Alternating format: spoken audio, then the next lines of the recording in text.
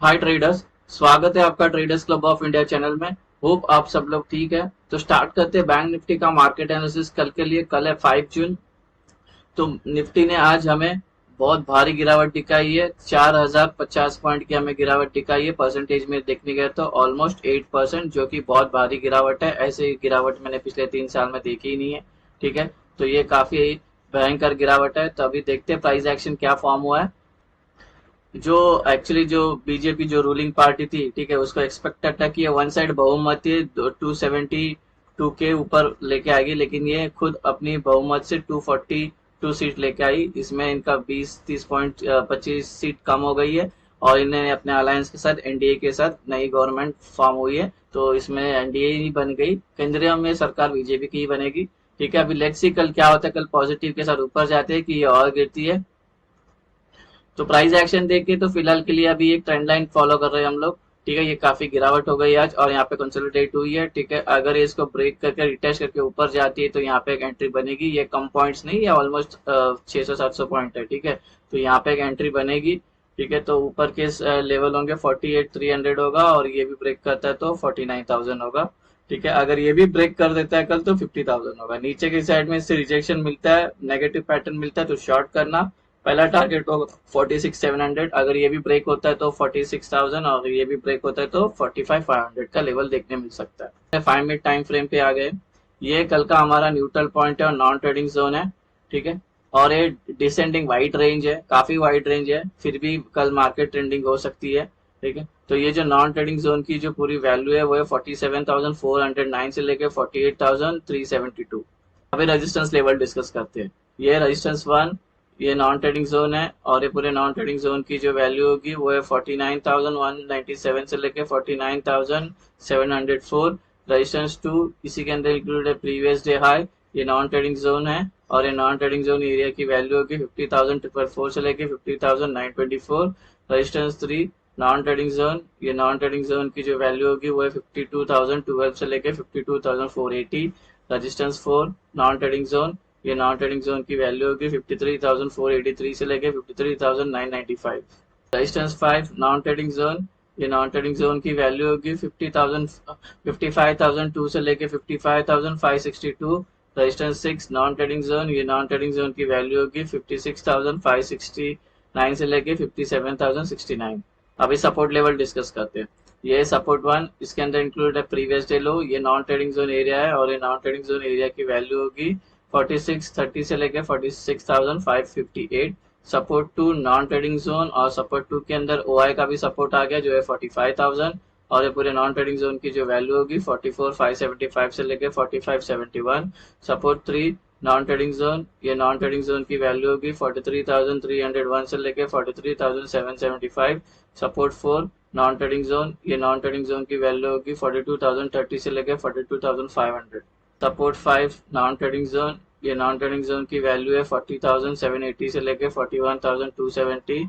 Support 6, non trading zone, ये non trading zone की value है 39,473 से लेके 39,969।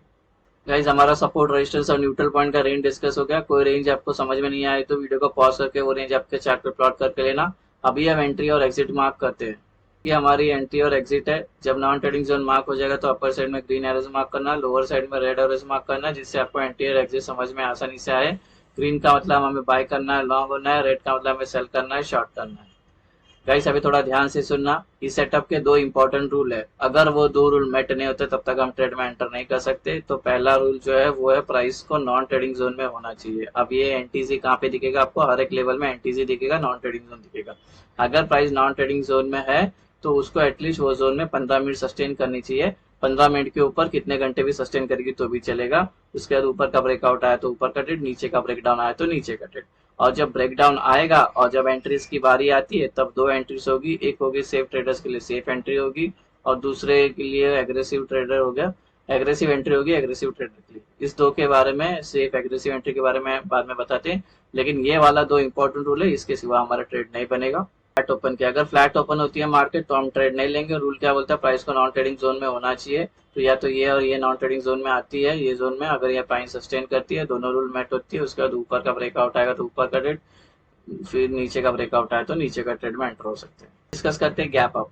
प्राइस यहाँ पर है, अगर ये गैप अप होती है इसके अंदर टेक्निकली R1 के अंदर, और ये नॉन ट्रेडिंग जोन में ही ओपन हो जाएगी, और यहाँ पे ये टाइम स्पेंड करती है 15 मिनट या 15 मिनट के ऊपर, उसके बाद ऊपर का ब्रेकआउट किया तो ऊपर का ट्रेड, नीचे का ब्रेकडाउन किया तो नीचे का ट्रेड। अगर ये गैप अप होने के बाद तुरंत गिरने लगती है या और ऊपर जाती है तो हम ऐसे में ट्रेड नहीं लेंगे, पहला वेट करेंगे प्राइस को नॉन ट्रेडिंग जोन में कंसोलिडेट होने का, ठीक है।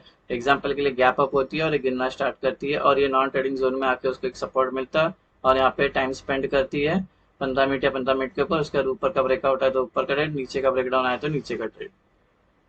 अगर gap up non trading zones के बीच में ओपन हो रही है तो हम ट्रेड नहीं करेंगे, प्राइस को पहले नॉन ट्रेडिंग जोन में आने देंगे और इस पे सस्टेन करने देंगे।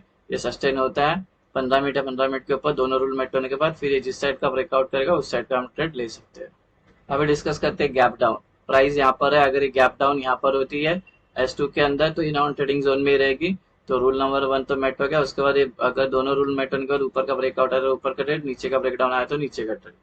अगर ये गैप डाउन होने के बाद ऊपर आने लगती है या और नीचे जाती है, यहाँ पे रुक नहीं पाती है, तो ऐसे में हम ट्रेड नहीं करेंगे। जैसे गैप अप में बताया था सेम गैप डाउन में भी वैसे ही रूल हमें फॉलो करना है, लेकिन वाइस वर्सा होगा। एग्जांपल के लिए गैप डाउन होती है और ये सपोज ऊपर जाने लगती है और ये यहाँ पे नॉन ट्रेडिंग जोन में से सपोर्ट मिलता है और यहाँ पे दोनों रूल्स अपने मेट करते हैं। उसके बाद ऊपर का ब्रेकआउट आया तो ऊपर का ट्रेड, नीचे का ब्रेकडाउन आया तो नीचे का ट्रेड। ये gap down non trading zone के बीच में ओपन होती है तो ट्रेड नहीं करेंगे, प्राइस को पहले कोई तो नॉन ट्रेडिंग जोन में आके दोनों रूल मेट होता है, उसके बाद जिस साइड का ब्रेकआउट करेगी उस साइड का हमारा ट्रेड बन सकता है। डिस्कस करते हैं टारगेट। एज्यूम करते हैं प्राइस अब इधर है और यहाँ पे टाइम स्पेंड कर दी, दोनों दोनों रूल भी मेट हो गया और ऊपर का ब्रेकआउट आया तो हमने ऊपर का ट्रेड लिया, तो टारगेट क्या हो गया, एक लेवल, 2 और 3।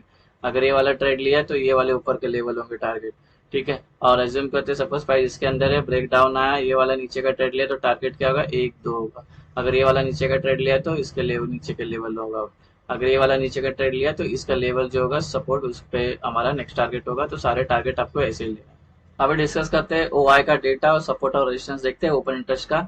जैसे कि अभी ऑप्शन चेन में देख के मतलब नहीं, सब सिंगल डिजिट पे, ठीक है, तो कोई सेंटीमेंट बिल्ड नहीं हो रहा है, सबको लॉसेस बैठे हैं, ठीक है। जिसने शॉर्ट किया होगा अलग बात है, ठीक है, लेकिन सबको लगा था कि ऊपर जाएगी, लेकिन सब कॉलर्स कॉल बायर लोग का पूरा ऐसे अच्छे से खा लिया है, ठीक है। तो मार्केट काफी वोलेटाइल है, ठीक है। तो अभी फिलहाल के लिए जिस स्ट्राइक प्राइस पे सबसे ज्यादा ओपन इंटरेस्ट बिल्डअप है वो स्ट्राइक प्राइस है। सपोज हम अप ट्रेंड में जा रहे हैं तो रेजिस्टेंस फेस करने मिलेगा 50,000, इसको लग के प्राइस नीचे आ सकती है, ट्रेंड चेंज हो सकता है, बिकॉज कॉल राइटर्स के OI ओपन इंटरेस्ट सबसे ज्यादा यहाँ पर बैठे हुए, यहाँ पे सेलर एक्टिव है, तो इसका लग के प्राइस नीचे जा सकता है।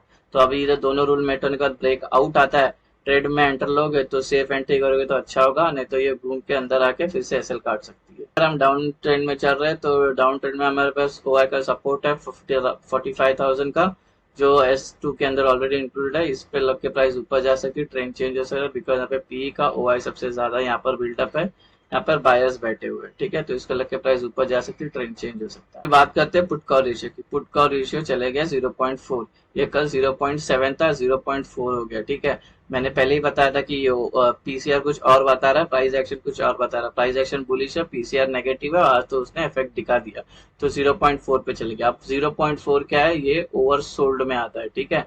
तो अभी मार्केट जो यहाँ पे गिर के यहाँ पे रुक गई है ना, यहाँ पे रुक गई है, तो ये 0.4 हो गया। अगर कल मार्केट थोड़ा भी गैप अप होती तो एक करेक्शन आएगा ऊपर की तरफ, ठीक है, डायरेक्ट घुसता नहीं, क्योंकि ये ऑलरेडी ओवरसोल्ड में गया, ये 0.3 पे चली जाएगी, तो ऊपर एक करेक्शन होगा ही होगा।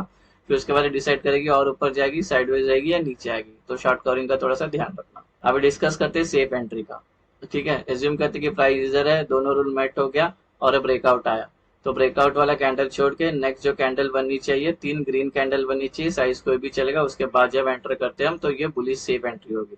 सेम वे दोनों रूल मेट होता है, यहाँ पे अच्छा खासा टाइम स्पेंड करके ब्रेक डाउन आता है, तो ब्रेक डाउन वाली कैंडल छोड़ के, ठीक है, उसके बाद जो नेक्स्ट की 3 कैंडल बननी चाहिए और रेड बननी चाहिए, साइज कोई भी चलेगा, उसके बाद जब एंट्री करते हैं तो सेफ बेरिश एंट्री होती है। अभी डिस्कस करते हैं एग्रेसिव एंट्री का।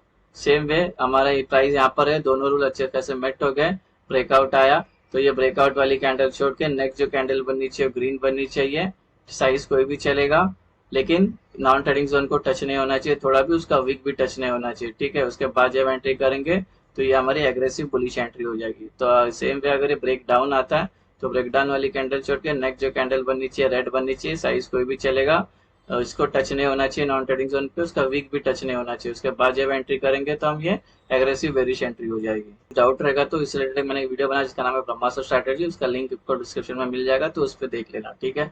सो गाइस, ये बन गया हमारा कल का इंटरडे सेटअप, और कल एक्सपायरी है बैंक निफ्टी की, तो लेट्स सी एक अच्छा मूव देखने मिल सकता है।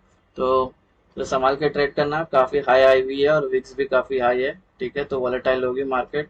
तो रेडी रहना अपने सेटअप के साथ। Thank you very much for watching, have a great